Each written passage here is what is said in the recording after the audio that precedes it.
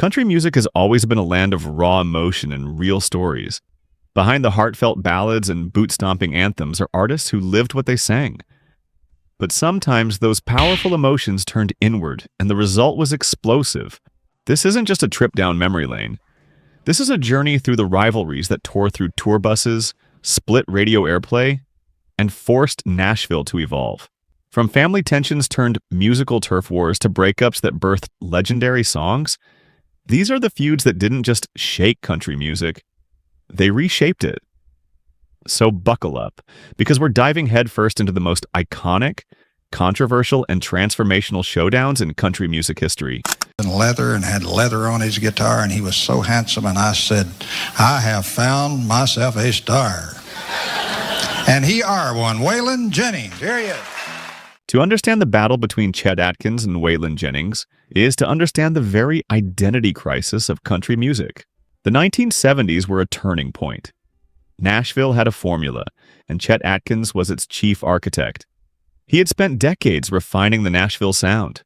Smooth vocals, subtle strings, background choirs, and polished instrumentals. It was music engineered for crossover success. Songs that could sit comfortably next to pop ballads on AM radio. To Chet, that was progress. To Waylon, it was betrayal. Waylon Jennings came from the honky-tonks. He cut his teeth playing for Buddy Holly and working dive bars filled with smoke, sweat, and spilled whiskey. To him, country music wasn't supposed to be clean. It was supposed to hurt, to heal, to roar. Their paths collided at RCA, where Atkins was a producer and gatekeeper. Waylon had a contract, but no creative control. He'd walk into sessions only to find Chet had already chosen the musicians, the arrangements, even the key of the songs. Then came the Dreaming My Dreams sessions. Chet wanted strings. Waylon said no. Chet wanted brush drums. Waylon demanded sticks. Then came the breaking point.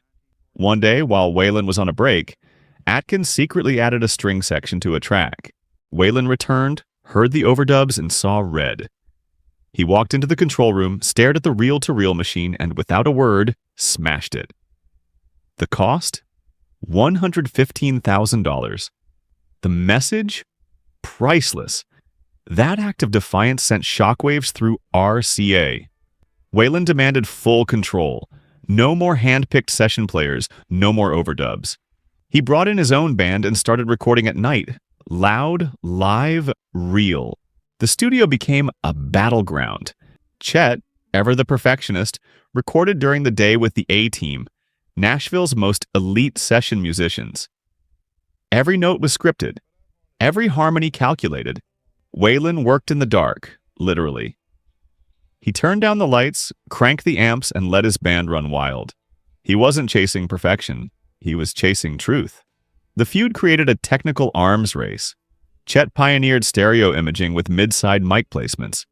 Waylon countered with overdriven tape decks, capturing raw, compressed sounds that felt like a live show in your headphones. Other artists were watching. Willie Nelson, inspired by Waylon's rebellion, demanded and received complete creative control at Columbia Records. Tom Paul Glaser opened Hillbilly Central, a studio that refused to play by Nashville rules. Labels began including the Waylon clause in contracts, giving artists veto power over production decisions. The industry was splitting. At the 1976 CMA Awards, the tension peaked. Chet orchestrated a lush symphonic tribute to the Nashville Sound. Violins, violas, and velvet. Waylon countered with a stripped-down, electrified performance of Are You Sure Hank Done It This Way? It was raw, defiant, and unforgettable. Even record stores took sides. Country music was now divided into two sections, Nashville Sound and Outlaw Country, each with its own audience, its own aesthetic. And that divide persists to this day. Chet Atkins brought country music into the mainstream. He made it acceptable, even respectable. But Waylon reminded the world what it was supposed to be, honest, imperfect, and fiercely independent. Their feud wasn't about ego, it was about soul.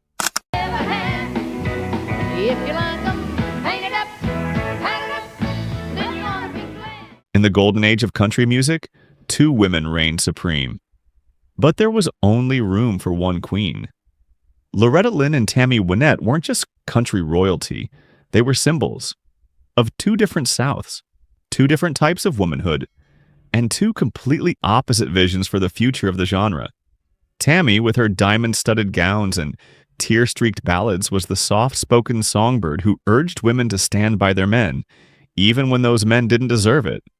Her producer, Billy Sherrill, was the architect of her cinematic, string-heavy sound. Loretta, the coal miner's daughter, came from the hollers of Kentucky and sang like she had nothing left to lose. Her voice was sharp, direct, and unfiltered. When Tammy sang about heartbreak, Loretta sang about the pill. When Tammy sang about divorce, Loretta sang about society judging divorced women. Their songs weren't just hits, they were statements. The rivalry wasn't always loud, it simmered. Quiet glances backstage, passive-aggressive interviews, competing tour outfits. Fashion became the first battlefield. Tammy's sequin glamour clashed against Loretta's gingham realness. Department stores even launched competing clothing lines inspired by their looks. But it was the music where the real battle played out. When Tammy released Stand By Your Man, it became a cultural lightning rod. Loved by many, loathed by feminists, Loretta answered with Rated X, a song that called out the shame society places on divorced women. She followed that with The Pill, a bold anthem about reproductive rights that got banned on dozens of country stations, but climbed the charts anyway. Then came Conway Twitty.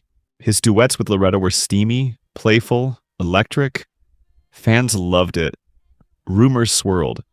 Tammy, whose own personal life was constantly under a microscope, reportedly saw the Loretta-Conway partnership as a threat. Some say she confronted Conway privately. Others say she asked to record with him and was turned down. In the studio, their differences became even more apparent. Tammy's sessions were clinical and precise, with layers upon layers of instrumentation. Loretta preferred her road band, keeping things raw, immediate, and emotional. At the 1973 CMA Awards, their clash hit center stage. Tammy performed with an orchestra. It was grand, controlled. Loretta hit the stage like a force of nature, backed by her band, delivering Coal Miner's Daughter with fire. Nashville watched and took notes. Record labels realized they could no longer force female artists into a single mold. Concert promoters booked women as headliners without male counterparts. Publishers began accepting songs about women's real lives, not just their relationships. Behind the scenes, Tammy demanded image approval rights. Loretta fought for creative control. Those victories rippled through the industry. Their feud wasn't tabloid fluff, it was a reckoning. It redefined who women could be in country music. Throughout the land, he preached so plain a child could understand. Yes, Daddy was an... It started with a black and white television and a girl with a voice that could pierce through static. Porter Wagoner was at home, flipping channels when he stumbled upon the Cass Walker Show, and there she was. Dolly Parton, young, radiant, fearlessly talented. Her voice had the clarity of mountain air and the warmth of Tennessee summer. Porter, already a household name, saw potential. But more than that, he saw someone he could shape. His longtime duet partner, Norma Jean, had just left the Porter Wagoner Show, and he needed a replacement. Someone fresh. Someone who could help him stay relevant. Dolly joined in 1967. Right away, the backlash began. Norma Jean's fans weren't ready to let go. Hate mail poured in. Some audience members booed, but Dolly held her ground. With every note, every smile, she won people over. Quickly, she became more than a co-star. She became the star. Their chemistry was undeniable on screen. Off-screen, things were tense. Porter controlled everything. Song selections, costumes, even who got the spotlight. Dolly played along at first, grateful for the exposure, but under the surface, she was simmering. In secret, she began writing, filling notebooks with lyrics, composing melodies in her head while pretending to nap on the tour bus. She wrote about her upbringing, her frustrations, and her dreams. Dreams that had little room for a man like Porter at the helm. Her solo segments were reduced, her ideas dismissed. But instead of folding, Dolly channeled it all into her songwriting. That friction lit a creative fire. Songs like Coat of Many Colors and Light of a Clear Blue Morning came from that tension. The breaking point? Coat of Many Colors. Dolly had poured her soul into the song. Porter wanted it to be a duet. She refused. The track became her statement of independence. And when it climbed the charts, she knew she had something bigger than Porter's show. But he didn't take the news well. He cut her mic time, booked joint appearances during her solo events, tried to reassert control. The tipping point came when Dolly casually hummed a tune backstage. Just a little something she was working on. The melody? Jolene. Porter overheard it. Realized it wasn't for him. That was the unspoken rule. Dolly's best songs belonged to the duo. But this one didn't. When she finally decided to leave, Porter tried to stop her, begged her, threatened her. None of it worked, so Dolly wrote him a goodbye. Not a letter. A song. I Will Always Love You. A parting gift wrapped in grace, pain, and finality. It went to #1. Elvis wanted to record it, but Dolly refused to sign over publishing rights. Years later, Whitney Houston would turn it into one of the biggest songs of all time. But the story didn't end there. In 1979, Porter sued Dolly for $3 million.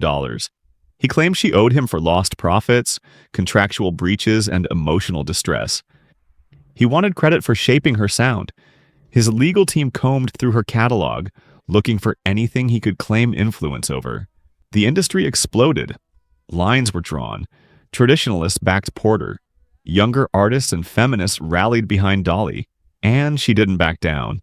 The court case dragged on for years before finally being settled out of court. But the damage was done. Or maybe the change had just begun, because Dolly's battle became a beacon. She had proved that you could rise up, say goodbye, and still show love. That you could fight for your career without destroying your heart. Contracts changed. Artists gained more control. Female performers were taken more seriously as creative forces. And Dolly? She didn't just survive. She soared. This was more than a feud. It was a declaration. Kindness doesn't mean weakness. And loving someone doesn't mean letting them hold you back. They say some voices are touched by God. But even divine voices need a mortal to press record. George Jones had that voice. Whiskey-soaked, trembling with truth, and capable of breaking hearts in a single syllable. And Billy Sherrill? He was the producer who turned tear-jerkers into chart toppers. Together they made magic. Until they made war. It started in 1971. Billy, fresh off shaping Tammy Wynette's career and heart, was hunting for his next muse. George, reeling from personal chaos, financial ruin, and a string of failed recordings, was ready for a resurrection. Billy offered it. With strings. Literally. Cheryl's production style was lush, orchestral, and cinematic. Think violins swirling around pedal steel guitars. Think heartbreak wrapped in velvet. But George Jones wasn't velvet. He was burlap. Raw, ragged, torn at the edges. At first, the pairing was electric. The grand tour. A picture of me without you. Songs that sounded like open wounds. Billy pushed George vocally, demanding more control, more breath, more breaks. And George, when sober, delivered vocals that felt like prayers. But then came the drinking. Recording sessions stretched into marathons. George would disappear for days, or show up drunk. Or worse, not show up at all. Billy, ever the perfectionist, began recording George's band without him, splicing vocals from previous takes. Piecing together masterpieces from shards of madness. They fought constantly, over keys, over tempo, over who was really in control. George hated the strings. Said they clogged up the hurt. Billy said George's rawness needed polish to survive radio. Their studio battles became legendary. Shouting matches, thrown chairs, even dead silence that lasted hours while the tape kept rolling. But then, in 1980, came He Stopped Loving Her Today, the song Billy believed would define George, and the one George loathed on first listen. He thought it was too slow, too dramatic, too morbid. He walked out of the session 3 times. Billy begged, pleaded, threatened. He even tricked George into thinking it was for another artist just to get him to sing it. But George delivered. 1 take. 1 miracle. A performance that bled pain and redemption. And the feud? It cracked under the weight of that success. The song became a phenomenon. CMA Awards. Grammy. #1 for 18 weeks. The resurrection of George Jones was complete, and Billy Sherrill was crowned a genius. But their relationship never healed. Behind the accolades, there was still resentment. George believed Billy took too much credit. Billy believed George was ungrateful. And when George published his memoir, he barely mentioned the man who saved his career. The silence said everything. Their feud wasn't explosive. It was surgical. A slow bleed. One that shaped not only the careers of two legends, but the very template of modern country ballads. Because while they may have loathed each other in the studio, what they created together was unforgettable. There was a time when country music feuds were whispered in bus lounges and hinted at in liner notes. Artists let the music do the talking. The public was left to read between the lines. Then social media happened, and the gloves came off. Platforms like Twitter, Instagram, and TikTok gave artists a direct line to fans, one and each other. Suddenly, every feud was public. Every jab, every clapback, every cryptic lyric became front-page drama. In 2012, Eric Church fired the first real digital shot. In an interview, he slammed mainstream country stars as product pushers, implying they were sellouts. Everyone knew who he was talking about. Jason Aldean, Luke Bryan, and others riding the bro country wave. Aldean fired back, accused Church of hypocrisy, pointing out his commercial endorsements and polished image. Fans took to Twitter. Lines were drawn. Streaming numbers spiked. Then came Zac Brown versus Luke Bryan. Zac called That's My Kind of Night the worst song he'd ever heard. Luke responded with a not-so-subtle onstage shout-out. Their war of words turned into a 3-month digital standoff. But something strange happened. The more they fought, the more their music streamed. Fans engaged, hashtags trended. Spotify added them to the same playlist just to stir the pot. Feuds became marketing tools. Managers started hiring social media strategists. Stars were trained in platform etiquette. Instagram was for image, Twitter for wit, TikTok for virality. Then came one of the most polarizing moments. Florida Georgia Line's Tyler Hubbard unfollowed bandmate Brian Kelly during the 2020 election season. The internet exploded. Was the band breaking up? Was it political? Was it personal? It didn't matter. Within 24 hours, their names were trending nationwide. Their music surged in streams. Radio stations bumped their latest single.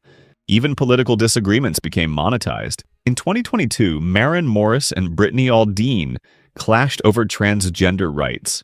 What began as a comment on Instagram spiraled into a full-blown culture war.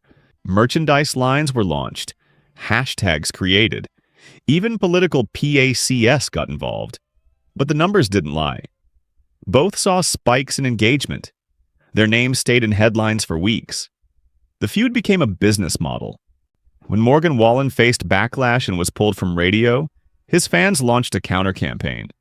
They boosted his streams, created hashtags, and made him one of the most streamed artists of the year. It was a wake-up call for the industry. Now, tour promoters monitor sentiment analysis on Twitter. Streaming platforms use controversy as an engagement metric. Playlists are curated not just by genre, but by drama. Even award shows have shifted. Cameras are positioned to catch reaction shots. Acceptance speeches are carefully watched for subtle shade. Performances are choreographed for maximum meme potential. The line between music and marketing has blurred. Feuds are no longer distractions. They're assets.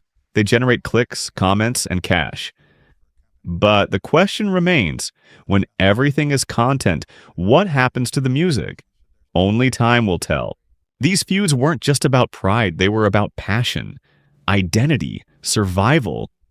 They tested friendships, split families, and changed careers.